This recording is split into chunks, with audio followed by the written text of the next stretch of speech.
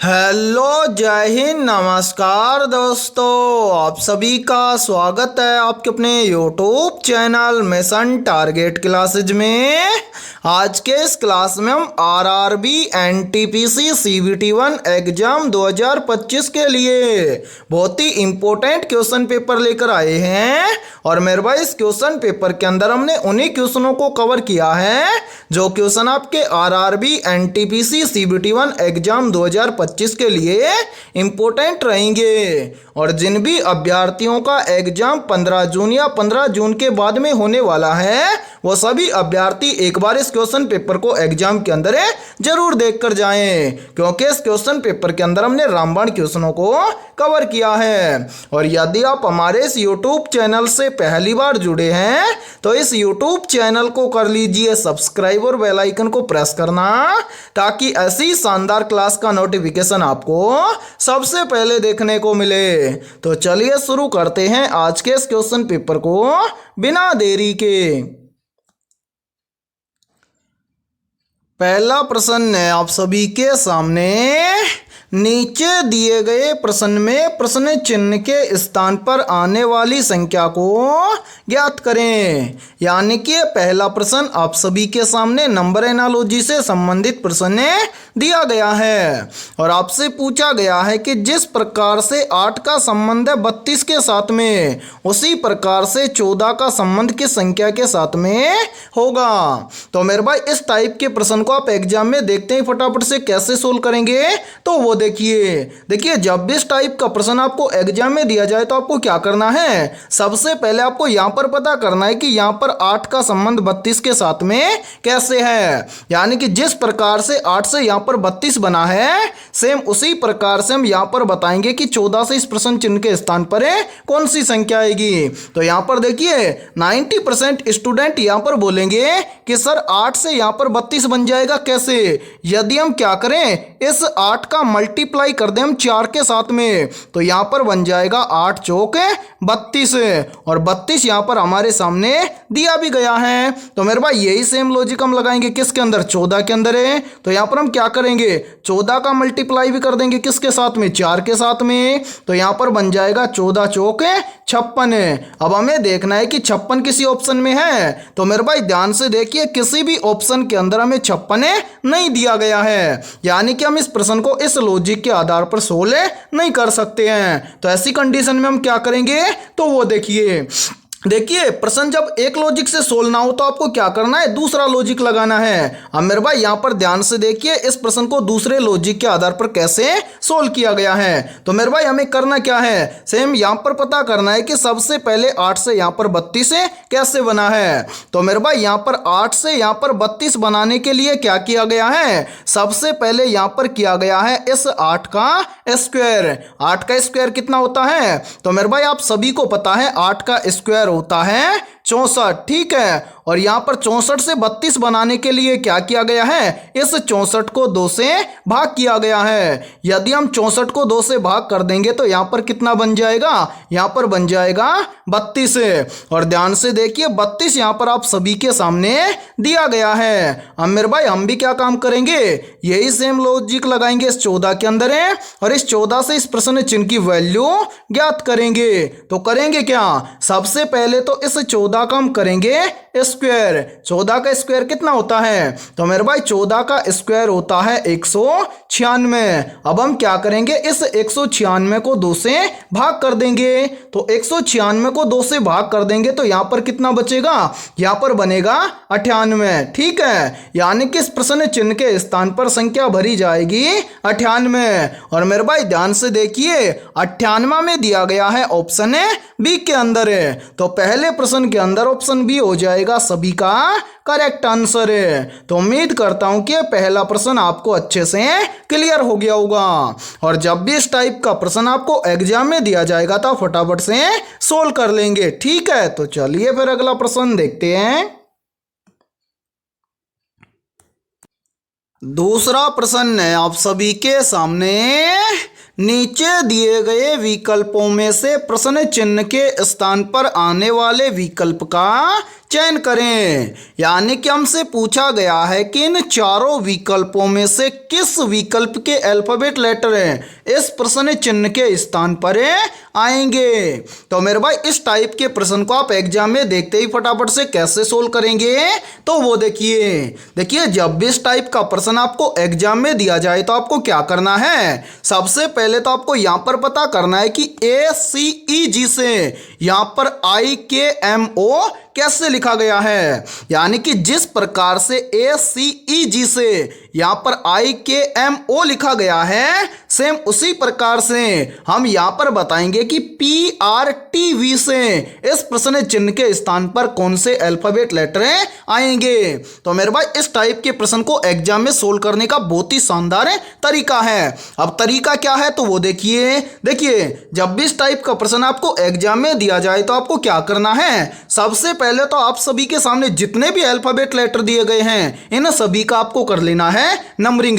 कैसे तो वो देखिए यहां पर देखिए सबसे पहले है ए आता है 1 नंबर पर है, फिर है सी आता है 3 नंबर पर है, उसके बाद में है ई आता है 5 नंबर पर है, फिर है जी आता है 7 नंबर पर है। इसी प्रकार से आगे देखिए आगे है आई आता है 9 नंबर पर है, आई के बाद में के आता है 11 नंबर पर है, उसके बाद में एम आता है 13 नंबर पर है, एम के बाद में है ओ आता है 15 नंबर पर है। अब इसी प्रकार से मेरे भाई यहाँ पर आगे देखिए आगे है पी आता है 16 नंबर पर है, उसके बाद में आर आता है 18 नंबर पर है, आर के बाद में टी आता है 20 नंबर पर है, टी के बाद में क्या है वी आता है 22 नंबर पर है। अब यहां पर इतना कर लिया, अब क्या करना है, यहां पर आपको अल्फाबेट लेटर नहीं देखना है, यहां पर अब आपको देखना है केवल संख्या को। कैसे तो वो देखिए यहां पर देखिए सबसे पहले फर्स्ट में यहां पर देखिए 1 से कितना बन रहा है 9, 1 से 9 कैसे बनेगा। तो यहां पर देखिए यदि हम 1 के अंदर क्या कर दें +8 कर दें तो 1 और 8 मिलकर बन जाएगा 9। फिर देखिए 3 से कितना बन रहा है 11, 3 से 11 कैसे बनेगा। तो मेरे भाई यहां पर भी देखिए यदि हम 3 के अंदर क्या कर दें +8 कर दें तो 3 और 8 मिलकर बन जाएगा 11। फिर देखिए 5 से कितना बन रहा है 13, 5 से 13 कैसे बनेगा। तो यहां पर देखिए यदि हम 5 के अंदर भी क्या कर दें +8 कर दें तो 5 और 8 मिलकर बन जाएगा 13। फिर देखिए यहां पर 7 से कितना बन रहा है 15, तो 7 से 15 कैसे बनेगा।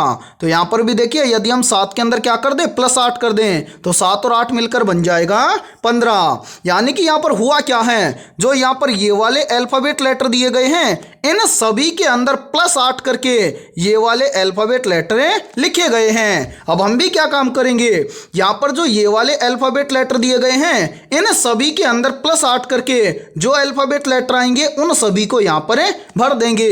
अब करना क्या है वो देखिए, यहां पर देखिए मेरे भाई एक बार हम क्या करते हैं कलर चेंज कर लेते हैं ताकि आपको समझने में कोई भी प्रॉब्लम ना आए। अब यहां पर देखिए सबसे पहले पी कितने नंबर पर आता है 16 नंबर पर है। 16 के अंदर यदि हम +8 कर देंगे तो 16 और 8 कितना हो जाएगा। तो मेरे भाई 16 और 8 हो जाएगा 24 में। 24 नंबर पर कौन सा अल्फाबेट लेटर आता है, तो 24 नंबर पर अल्फाबेट लेटर आता है एक्स, तो यहां पर हम भर देंगे एक्स। ठीक है, फिर क्या है पी के बाद में है आर आता है 18 नंबर पर है। 18 के अंदर +8 कर देंगे तो 18 और 8 हो जाएगा कितना 26 है। तो मेरे भाई 26 नंबर पर कौन सा अल्फाबेट लेटर आता है, 26 नंबर पर अल्फाबेट लेटर आता है जेड, तो यहां पर हम भर देंगे जेड। फिर यहां पर देखिए आर के बाद में है टी कितने नंबर पर आता है 20 नंबर पर है। 20 के अंदर +8 कर देंगे तो मेरे भाई 20 और 8 कितना हो जाएगा, 20 और 8 हो जाएगा 28।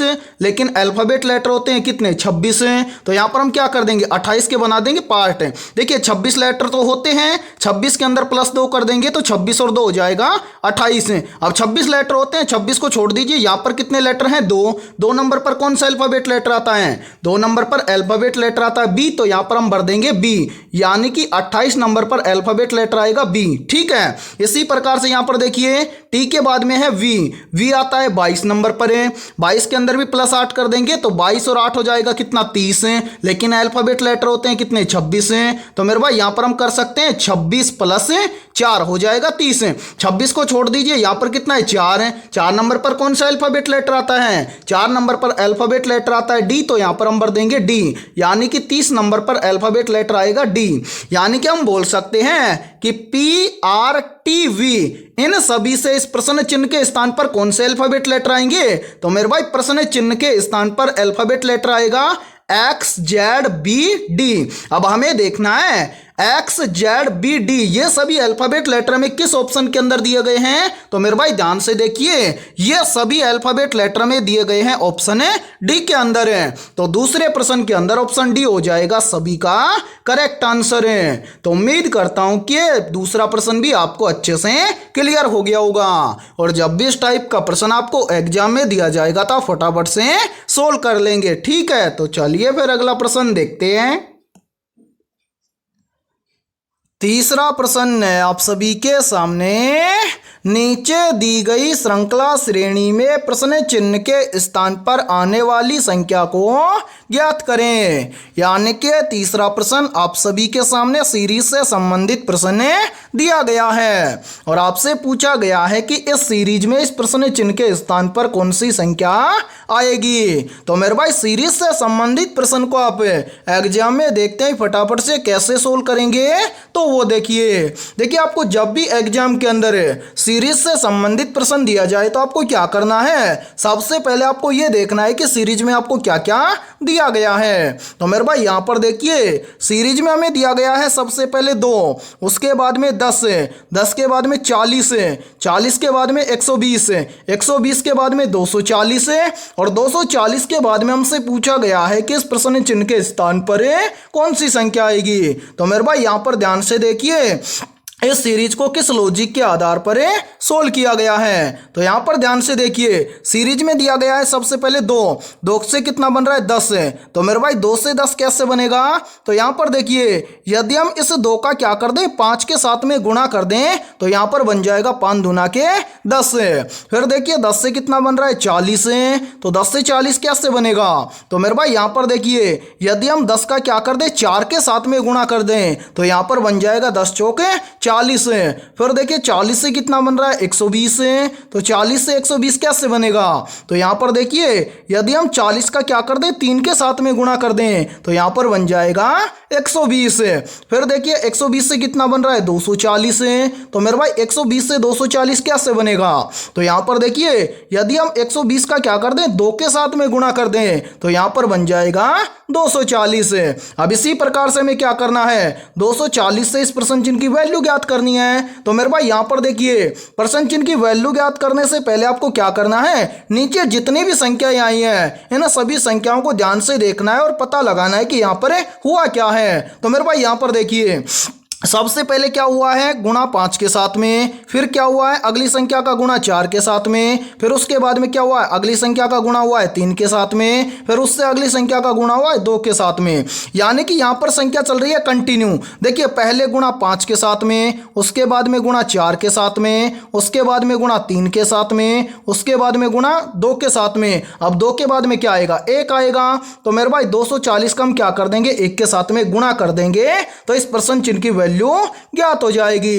तो यहां पर ध्यान से देखिए यदि हम 240 का गुणा 1 के साथ में करेंगे तो यहां पर बन जाएगा 240 है। यानी कि इस प्रश्न चिन्ह के स्थान पर संख्या भरी जाएगी 240 है और ये 240 हमें दिया गया है ऑप्शन डी के अंदर है। तो तीसरे प्रश्न के अंदर ऑप्शन डी हो जाएगा सभी का करेक्ट आंसर है। तो उम्मीद करता हूं कि तीसरा प्रश्न भी आपको अच्छे से क्लियर हो गया होगा और जब भी इस टाइप का प्रश्न आपको एग्जाम में दिया जाएगा तो आप फटाफट से सोल्व कर लेंगे। और मेरे भाई यहाँ पर देखिए आप सभी के लिए बहुत ही इंपॉर्टेंट सूचना है। यदि आप पहली बार के अंदर आरआरबी एनटीपीसी सीबीटी1 एग्जाम 2025 को क्रैक करना चाहते हैं तो हमने आपके आरआरबी एनटीपीसी सीबीटी1 एग्जाम 2025 के लिए GK GS mathematics reasoning computer और करंट अफेयर्स यानी कि ऑल सब्जेक्ट के ऊपर रामबाण 8000 प्लस मोस्ट इंपोर्टेंट क्वेश्चंस का मास्टर पीडीएफ सेट तैयार किया है। और जो भी अभ्यर्थी ये मास्टर पीडीएफ सेट लेना चाहता है वो हमारे इस व्हाट्सएप नंबर पर कांटेक्ट करके ले सकता है। और इस मास्टर पीडीएफ सेट की प्राइस हमने रखी है मात्र और मात्र 51 रुपए, यानी कि 51 रुपए की फीस के अंदर आपको ये मास्टर पीडीएफ सेट दिया जाएगा। और मेरे भाई इस मास्टर पीडीएफ सेट के अंदर आपको लगभग 5000 प्लस वन लाइनर क्वेश्चन आपको मिलेंगे जीके जीएस कंप्यूटर और करंट अफेयर्स के। और मेरे भाई आपको लगभग 3000 प्लस मोस्ट इंपोर्टेंट और फुल सॉल्यूशन के साथ में आपको मैथमेटिक्स और रीजनिंग के क्वेश्चन मिलने वाले हैं। इस तरह से आपको लगभग 8000 क्वेश्चनों का मास्टर पीडीएफ सेट दिया जाएगा और जो भी अभ्यर्थी लेना चाहता है वो एग्जाम से पहले इस व्हाट्सएप नंबर पर कांटेक्ट करके ले सकता है। और मेरे भाई एग्जाम के अंदर ये सभी क्वेश्चन आपके लिए रामबाण साबित होने वाले हैं। ठीक है, तो चलिए फिर अगला प्रश्न देखते हैं। चौथा प्रश्न है आप सभी के सामने। नीचे दिए गए प्रश्न में प्रश्न चिन्ह के स्थान पर आने वाली संबंधित संख्या को ज्ञात करें। यानी कि चौथा प्रश्न आप सभी के सामने नंबर एनालॉजी से संबंधित प्रश्न दिया गया है और आपसे पूछा गया है कि इस प्रश्न चिन्ह के स्थान पर कौन सी संख्या आएगी। तो मेरे भाई इस टाइप के प्रश्न को आप एग्जाम में देखते ही फटाफट से कैसे सोल्व करेंगे तो वो देखिए जब भी इस टाइप का प्रश्न आपको एग्जाम में दिया जाए तो आपको क्या करना है। सबसे पहले तो आपको यहां पर पता करना है कि 4 से यहां पर 13 कैसे बना है। फिर आपको इसी प्रकार से आपको यहां पर पता करना है कि 5 से यहां पर 21 कैसे बना है। यानी कि जिस प्रकार से 4 से यहां पर 13 और 5 से यहां पर 21 बना है, सेम उसी प्रकार से हम यहां पर बताएंगे कि 7 से इस प्रश्न चिन्ह के स्थान पर कौन सी संख्या आएगी। तो मेरे भाई यहां पर ध्यान से समझिए इस प्रश्न को किस लॉजिक के आधार पर सोल्व किया गया है। तो सबसे पहले आप यहां पर देखिए कि 4 से यहां पर 13 कैसे बना है। तो मेरे भाई 4 से 13 बनाने के लिए क्या किया गया है। सबसे पहले यहां पर देखिए यहां पर क्या है 4 से पहले कौन सी संख्या आती है। तो मेरे भाई 4 से पहले संख्या आती है 3। यदि हम इन दोनों संख्याओं को आपस में गुणा कर दें तो यहां पर देखिए यहां पर बन जाएगा 4 तिये 12 और इस 12 के अंदर यहां पर क्या किया गया है +1 करके यहां पर लिखा गया है 13। और ध्यान से देखिए 13 यहां पर आप सभी के सामने दिया गया है। अब इसी प्रकार से हम क्या करेंगे यहां पर पता करेंगे कि 5 से यहां पर 21 सेम इसी प्रकार से बना है क्या। तो यहां पर देखिए सबसे पहले क्या है 5। तो मेरे भाई यहां पर हम लिख देंगे 5। अब 5 से पहले कौन सी संख्या आती है। तो 5 से पहले संख्या आती है कौन सी 4। तो मेरे भाई यहां पर हम क्या करेंगे 4 और 5 का आपस में गुणा कर देंगे। तो यहां पर हो जाएगा 5 चौक 20 और यहां पर भी हम क्या कर देंगे इस 20 के अंदर +1 कर देंगे। तो 20 और 1 मिलकर बन जाएगा 21। और ध्यान से देखिए 21 यहां पर आप सभी के सामने दिया गया है। अब हम भी क्या काम करेंगे यही सेम लॉजिक लगाएंगे 7 के अंदर और 7 से इस प्रश्न चिन्ह की वैल्यू ज्ञात करेंगे। कैसे तो वो देखिए सबसे पहले है हमारे पास क्या 7 है। अब हमें क्या करना है 7 से पहली संख्या कौन सी होती है। तो मेरे भाई 7 से पहली संख्या होती है 6। अब हम क्या करेंगे 6 और 7 का आपस में गुणा कर देंगे। तो यहां पर कितना हो जाएगा यहां पर हो जाएगा 6 7 42। ठीक है, और इस 42 के अंदर हम क्या कर देंगे +1 कर देंगे। तो 42 और 1 मिलकर बन जाएगा 43। यानी कि इस प्रश्न चिन्ह के स्थान पर संख्या भरी जाएगी 43। अब हमें देखना है कि संख्या 43 किसी ऑप्शन में है। तो हाँ सर संख्या 43 हमें दी गई है ऑप्शन ए के अंदर है। तो चौथे प्रश्न के अंदर ऑप्शन ए हो जाएगा सभी का करेक्ट आंसर है। तो उम्मीद करता हूं कि यह चौथा प्रश्न भी आपको अच्छे से क्लियर हो गया होगा। और जब भी इस टाइप का प्रश्न आपको एग्जाम में दिया जाएगा तो फटाफट से सोल्व कर लेंगे। ठीक है, तो चलिए फिर अगला प्रश्न देखते हैं। 5वां प्रश्न है आप सभी के सामने। नीचे दी गई आकृति में प्रश्न चिन्ह के स्थान पर आने वाले लुप्त संख्या को ज्ञात करें। यानी कि 5वां प्रश्न आप सभी के सामने मिसिंग नंबर से संबंधित प्रश्न दिया गया है और आपसे पूछा गया है कि इस तीसरी आकृति में इस प्रश्न चिन्ह के स्थान पर कौन सी संख्या आएगी। तो मेरे भाई इस टाइप के प्रश्न को आप एग्जाम में देखते हैं फटाफट से कैसे सोल्व करेंगे। तो वो देखिए आपको जब भी एग्जाम के अंदर मिसिंग नंबर से संबंधित प्रश्न दिया जाए तो आपको करना क्या है। सबसे पहले तो आपको यहां पर पता करना है कि इस पहली आकृति में यहां पर बीच में 16 कैसे लिखा गया है। फिर इसी प्रकार से आपको यहां पर इस दूसरी आकृति में चेक करना है कि यहां पर बीच में 19 कैसे लिखा गया है। फिर सेम इसी प्रकार से हम क्या करेंगे इस प्रश्न चिन्ह की वैल्यू ज्ञात करेंगे। तो मेरे भाई यहां पर ध्यान से देखिए इस प्रश्न को किस लॉजिक के आधार पर सोल्व किया गया है। एक बार इन सभी को यहां से हटा देते हैं ताकि आप आपको समझने में कोई भी प्रॉब्लम ना आए। अब मेरे भाई यहाँ पर देखिए, इस पहली आकृति के अंदर यहाँ पर बीच में 16 लाया गया है। कैसे? तो मेरे भाई यहाँ पर क्या किया गया है, इस 16 के चारों तरफ जितनी भी संख्याएं दी गई हैं उन सभी संख्याओं को आपस में जोड़ा गया है। तो यहाँ पर देखिए, यहाँ पर पहली संख्या है 4, उसके बाद में देखिए दूसरी संख्या है 7, तो 7 और 4 कितना हो जाएगा 11। उसके बाद में तीसरी संख्या है 3, तो मेरे भाई 11 और 3 कितना हो जाएगा, 11 और 3 हो जाएगा मेरे भाई 14। उसके बाद में देखिए चौथी संख्या है 2, तो 14 और 2 हो जाएगा 16। यानी कि 16 के बाहर जितनी भी संख्याएं दी गई हैं उन सभी संख्याओं को यदि हम आपस में जोड़ देंगे तो बीच की संख्या 16 हमें ज्ञात हो जाएगी। अब इसी प्रकार से हम क्या करेंगे, यहाँ पर देखेंगे कि इस दूसरी आकृति में बीच में 19 इसी प्रकार से लिखा गया है क्या। तो यहाँ पर भी हम क्या करेंगे, 19 की बाहर की सभी संख्याओं को आपस में जोड़ लेंगे। तो मेरे भाई यहाँ पर देखिए पहली संख्या है 5, 5 के अंदर यदि हम 7 को ऐड कर देंगे तो 7 और 5 हो जाएगा 12। उसके बाद में देखिए तीसरी संख्या है 6, तो देखिए 12 और 6 कितना हो जाएगा 18। 18 के बाद में यहाँ पर देखिए मेरे भाई चौथी संख्या है 1, तो 18 और 1 कितना हो जाएगा 19। यानी कि 19 की बाहर की सभी संख्याओं को भी यदि हम आपस में जोड़ते हैं तो यहाँ पर बीच की संख्या में मिल रही है 19। तो उम्मीद करता हूं कि यहाँ पर आप आसानी से बता दोगे कि इस तीसरी आकृति में इस प्रश्न चिन्ह के स्थान पर कौन सी संख्या आएगी। तो मेरे भाई करेंगे क्या, इस प्रश्न चिन्ह के बाहर जितनी भी संख्याएं हैं उन सभी संख्याओं को हम आपस में जोड़ लेंगे। तो यहाँ पर देखिए प्रश्न चिन्ह के बाहर पहली संख्या है 8, उसके बाद में देखिए दूसरी संख्या है 3, तो 8 और 3 को आपस में जोड़ेंगे तो बन जाएगा 11। उसके बाद में देखिए तीसरी संख्या है 7, तो 11 और 7 कितना हो जाएगा 18। 18 और उसके बाद में देखिए चौथी संख्या है 4, तो 18 और 4 हो जाएगा 22।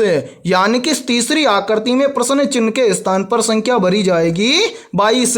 अब हमें देखना है कि 22 किसी ऑप्शन में है, तो हाँ सर 22 हमें दिया गया है ऑप्शन है सी के अंदर। तो पांचवें प्रश्न के अंदर ऑप्शन सी हो जाएगा सभी का करेक्ट आंसर। तो उम्मीद करता हूं कि पांचवा प्रश्न भी आपको अच्छे से क्लियर हो गया होगा। और जब भी इस टाइप का प्रश्न आपको एग्जाम में दिया जाएगा तो आप फटाफट से सोल्व कर लेंगे। ठीक है, तो चलिए फिर अगला प्रश्न देखते हैं। छठा प्रश्न है आप सभी के सामने, निम्नलिखित में से मानव रक्त में प्लाज्मा कितने प्रतिशत होता है। ऑप्शन ए है 35%, ऑप्शन बी है 40%, ऑप्शन सी है 43% और ऑप्शन डी है 55%।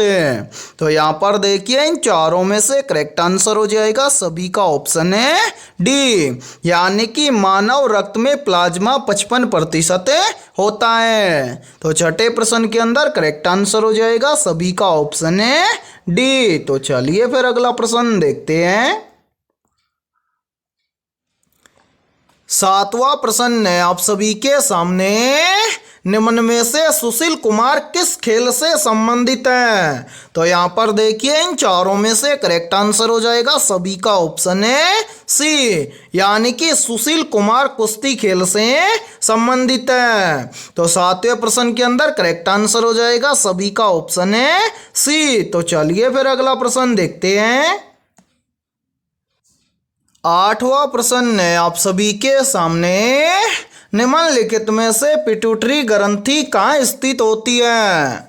ऑप्शन ए अग्नाशय में, ऑप्शन बी है छोटी आंत में, ऑप्शन सी है अमाशय में और ऑप्शन डी है मस्तिष्क में। तो यहाँ पर देखिए इन चारों में से करेक्ट आंसर हो जाएगा सभी का ऑप्शन है डी, यानी कि पिट्यूटरी ग्रंथि मस्तिष्क में स्थित होती है। तो आठवें प्रश्न के अंदर करेक्ट आंसर हो जाएगा सभी का ऑप्शन है डी। और मेरे भाई यहाँ पर देखिए यहीं से कुछ क्वेश्चन और पूछे जाते हैं और ये क्वेश्चन भी काफी बार एग्जाम के अंदर रिपीट होते हैं। देखिए क्वेश्चन बनता है यहीं से कि पिट्यूटरी ग्रंथि को अन्य किस नाम से जाना जाता है। तो मेरे भाई याद रखना, इस पिट्यूटरी ग्रंथि को पीयूष ग्रंथि और मास्टर ग्रंथि के नाम से जाना जाता है। और ये पिट्यूटरी ग्रंथि मस्तिष्क में मटर के दाने के समान पाई जाती है। तो इन प्रश्नों को भी आप जरूर याद रखना क्योंकि ये प्रश्न बार बार एग्जाम के अंदर रिपीट होते हैं। ठीक है, तो चलिए फिर अगला प्रश्न देखते हैं।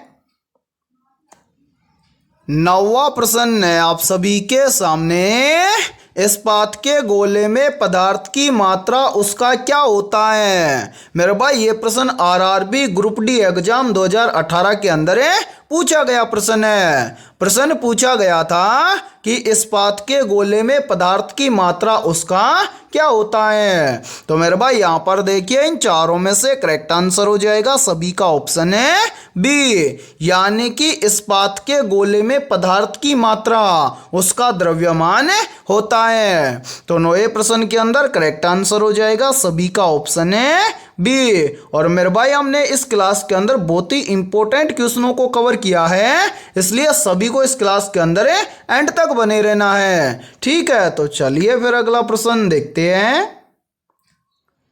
10वां प्रश्न है आप सभी के सामने। कौन सा तत्व जल के साथ मिलकर हाइड्रोजन गैस उत्पन्न करता है। मेरे भाई मोस्ट इंपोर्टेंट प्रश्न है ये, तो जल्दी से कमेंट सेक्शन के अंदर कमेंट करके बताइए कि 10वें प्रश्न के अंदर करेक्ट आंसर है क्या होगा। तो यहाँ पर देखिए जिस भी अभ्यर्थी ने 10वें प्रश्न के अंदर ऑप्शन डी को लॉक किया है या ऑप्शन डी को कमेंट किया है, तो उन सभी का करेक्ट आंसर हो जाएगा ऑप्शन है डी, यानी कि जिंक तत्व जल के साथ मिलकर हाइड्रोजन गैस उत्पन्न करता है। तो 10वें प्रश्न के अंदर करेक्ट आंसर हो जाएगा सभी का ऑप्शन है डी। और मेरे भाई यहाँ पर देखिए यदि ये क्लास आपको पसंद आ रही है तो जल्दी से एक बार इस क्लास को लाइक कर दीजिए, और यदि आप इस चैनल से पहली बार जुड़े हैं तो इस चैनल को कर लीजिए सब्सक्राइब और बेल आइकन को प्रेस करना, ताकि ऐसी शानदार क्लास का नोटिफिकेशन आपको सबसे पहले देखने को मिले। और मेरे भाई इस क्लास के अंदर हमने बहुत ही इंपॉर्टेंट क्वेश्चनों को कवर किया है, और सेम इसी प्रकार के क्वेश्चन आपके ग्रुप डी एग्जाम के अंदर पूछे जाते हैं, इसलिए सभी अभ्यर्थियों को इस क्लास के अंदर एंड तक बने रहना है, और क्लास के एंड में आपको बताना है कि आपके टोटल कितने क्वेश्चन सही होते हैं। और इससे भी महत्वपूर्ण सूचना है क्या, यदि आप अपनी तैयारी को परखना चाहते हैं तो हमारा दूसरा यूट्यूब चैनल है मिशन टारगेट क्लासेज के नाम से। उस यूट्यूब चैनल पर मेरे भाई रोजाना सुबह 9:15 पर मॉक टेस्ट होता है, और ये मॉक टेस्ट सभी अभ्यर्थियों के लिए बिल्कुल फ्री हमने रखा है। तो जो भी अभ्यर्थी ये मॉक टेस्ट लगाना चाहता है और अपनी तैयारी को मजबूत करना चाहता है, वो हमारे mission target classes YouTube channel को जरूर सब्सक्राइब करें। ठीक है, और आपके जितने भी दोस्त रेलवे ग्रुप डी एग्जाम की तैयारी कर रहे हैं तो उनके पास भी इस क्लास को ज़्यादा से ज़्यादा शेयर करें। ठीक है, तो चलिए फिर अगला प्रश्न देखते हैं। 11वां प्रश्न है आप सभी के सामने। निम्न में से कौन सा विटामिन गर्म करने पर नष्ट हो जाता है। Option A vitamin A, option B है विटामिन B6, ऑप्शन सी है विटामिन के, और ऑप्शन डी है विटामिन सी। तो यहाँ पर देखिए इन चारों में से करेक्ट आंसर हो जाएगा सभी का ऑप्शन है डी, यानी कि विटामिन सी गर्म करने पर नष्ट हो जाता है। तो 11वें प्रश्न के अंदर करेक्ट आंसर हो जाएगा सभी का ऑप्शन है डी। तो चलिए फिर अगला प्रश्न देखते हैं। 12वां प्रश्न है आप सभी के सामने। बुर्जिल दर्रा किस राज्य में स्थित है। ऑप्शन ए उत्तराखंड राज्य में, ऑप्शन बी है हिमाचल प्रदेश राज्य में, ऑप्शन सी है जम्मू कश्मीर राज्य में, और ऑप्शन डी है सिक्किम राज्य में। तो जल्दी से बताइए इन चारों में से करेक्ट आंसर क्या होगा। आपसे पूछा गया है कि बुर्जिल दर्रा किस राज्य में स्थित है। तो यहाँ पर देखिए इन चारों में से करेक्ट आंसर हो जाएगा सभी का ऑप्शन है सी, यानी कि बुर्जिल दर्रा जम्मू कश्मीर राज्य में स्थित है। तो 12वें प्रश्न के अंदर करेक्ट आंसर हो जाएगा सभी का ऑप्शन है सी। तो चलिए फिर अगला प्रश्न देखते हैं। 13वां प्रश्न है आप सभी के सामने। निम्न में से फॉरवर्ड ब्लॉक पार्टी की स्थापना किसने की थी। ऑप्शन ए पंडित जवाहरलाल नेहरू ने, ऑप्शन बी है सुभाष चंद्र बोस ने, ऑप्शन सी है सरदार वल्लभ भाई पटेल ने, और ऑप्शन डी है डॉक्टर राजेंद्र प्रसाद ने। तो जल्दी से बताइए इन चारों में से करेक्ट आंसर है क्या होगा। आपसे पूछा गया है कि निम्न में से फॉरवर्ड ब्लॉक पार्टी की स्थापना किसने की थी। तो यहाँ पर देखिए इन चारों में से करेक्ट आंसर हो जाएगा सभी का ऑप्शन है बी, यानी कि फॉरवर्ड ब्लॉक पार्टी की स्थापना की थी सुभाष चंद्र बोस ने। तो 13वें प्रश्न के अंदर करेक्ट आंसर हो जाएगा सभी का ऑप्शन है बी। और मेरे भाई यहाँ पर देखिए यहीं से एक क्वेश्चन और बनता है और ये क्वेश्चन भी काफी बार एग्जाम के अंदर रिपीट होता है। प्रश्न पूछा जाता है कि सुभाष चंद्र बोस ने फॉरवर्ड ब्लॉक पार्टी की स्थापना कब की थी। तो याद रखना सुभाष चंद्र बोस ने फॉरवर्ड ब्लॉक पार्टी की स्थापना की थी 3 मई 1939 में। ठीक है, तो चलिए फिर अगला प्रश्न देखते हैं। 14वां प्रश्न है आप सभी के सामने। निम्नलिखित में से इमली में पाए जाने वाले अम्ल का नाम बताइए। या फिर देखिए इसी प्रश्न को एग्जाम के अंदर घुमाकर ऐसे भी पूछ लिया जाता है। प्रश्न पूछा जाता है कि इमली में कौन सा अम्ल पाया जाता है। तो यहाँ पर देखिए इन चारों में से करेक्ट आंसर हो जाएगा सभी का ऑप्शन है बी, यानी कि इमली में टार्ट्रिक अम्ल पाया जाता है। तो 14वें प्रश्न के अंदर करेक्ट आंसर हो जाएगा सभी का ऑप्शन है बी। तो चलिए फिर अगला प्रश्न देखते हैं। 15वां प्रश्न है आप सभी के सामने।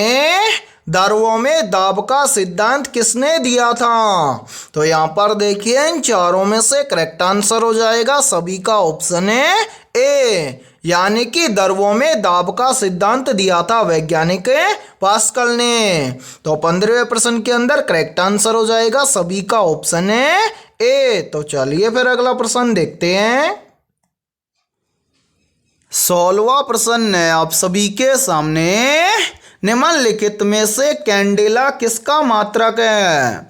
ऑप्शन ए है ज्योति फ्लक्स का, ऑप्शन बी है ज्योति दाब का, ऑप्शन सी है ज्योति तीव्रता का और ऑप्शन डी है ज्योति प्रभाव का। तो यहाँ पर देखिए इन चारों में से करेक्ट आंसर हो जाएगा सभी का ऑप्शन है सी, यानी कि कैंडेला ज्योति तीव्रता का मात्रक है। तो 16वें प्रश्न के अंदर करेक्ट आंसर हो जाएगा सभी का ऑप्शन है सी। तो चलिए फिर अगला प्रश्न देखते हैं। 17वां प्रश्न है आप सभी के सामने।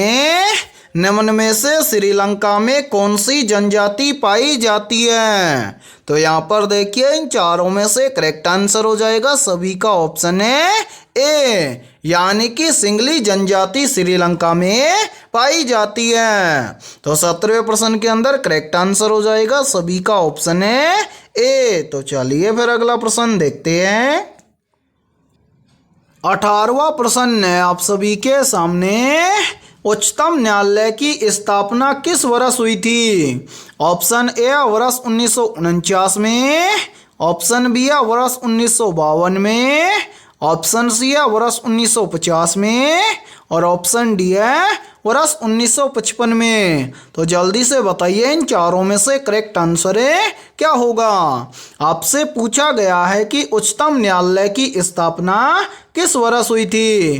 तो यहाँ पर देखिए इन चारों में से करेक्ट आंसर हो जाएगा सभी का ऑप्शन है सी, यानी कि उच्चतम न्यायालय की स्थापना हुई थी वर्ष 1950 में। ठीक है, तो चलिए फिर अगला प्रश्न देखते हैं।